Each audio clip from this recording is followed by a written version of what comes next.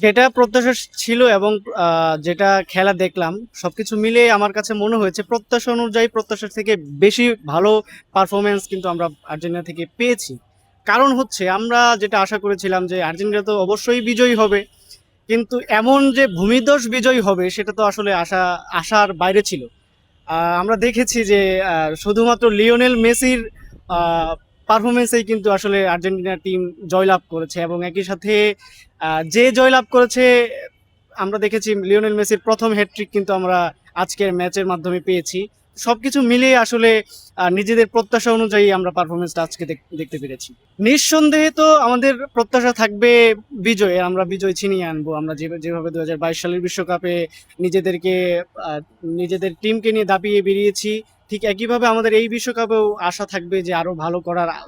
গতবারের থেকে গতবারের রেকর্ডগুলো যেন আমরা ভাঙতে পারি সেই প্রত্যাশা এবারও থাকবে। দেখেন, বিশ্বকাপের মঞ্চে আসলে কাউকেই ছোট করে দেখার আসলে কোনো স্কোপ নেই আমি মনে করি, কারণ বিশ্বকাপে যারা কোয়ালিফাই করে তারা আসলে কোয়ালিটিফুল।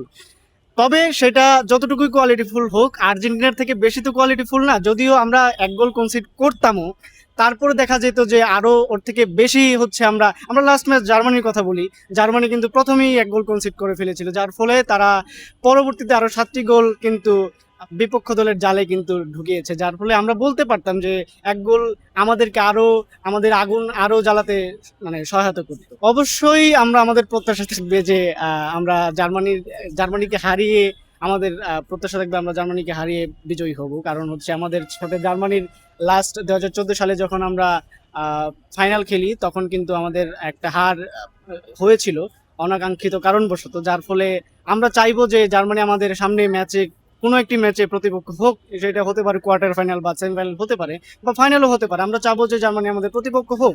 যে কাজটা আমরা 2014 সালে করতে পারিনি সেটা আমরা যেন 2026 সালে এসে করতে পারি। এখানে একটি কথা বলে রাখি, সেটা হচ্ছে আর্জেন্টিনার পরে আমার সেকেন্ড চয়েস টিম যদি বলি, সেকেন্ড চয়েস ফেভারিট টিম যদি বলি, সেটা হচ্ছে স্পেন।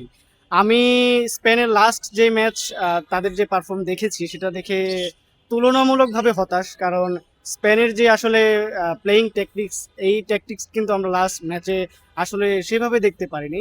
তো আশা করি যে সামনের ম্যাচগুলোতে স্পেন আরো ভালো করবে। পর্তুগালের সাথে যদি আমরা তুলনা করি আর্জেন্টিনার, তাহলে এটা ভুল হবে তুলনা, কারণ তুলনা করতে গেলে ধরেন আমি আমার গার্লফ্রেন্ডকে যদি কারোর সাথে তুলনা করতে যাই তাইলে তো আমার গার্লফ্রেন্ডের সমতুল্য আরেকটা মেয়ে হইতে হবে, তাই না?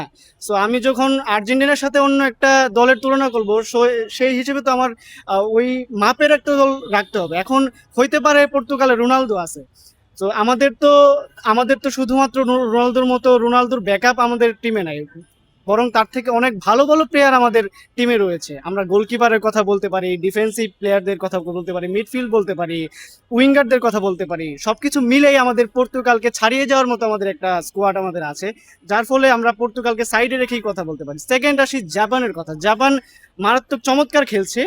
আমরা যদি জাপানকে বলি তাহলে এই বিশ্বকাপে আমি ফেভারিট হিসেবে রাখতে পারছি না, কারণ জাপানের, আমি আজকে একটা রিপোর্ট দেখলাম, জাপান হচ্ছে 2050 সালের মধ্যে তারা একটা বিশ্বকাপ পাবে বলে তারা আসলে একটা পরিকল্পনা করেছে। আমি আশা করি যে 30 বা পরবর্তীর যে বিশ্বকাপগুলো হবে, 30 পরবর্তী বিশ্বকাপগুলোতে জাপান ভালো করবে।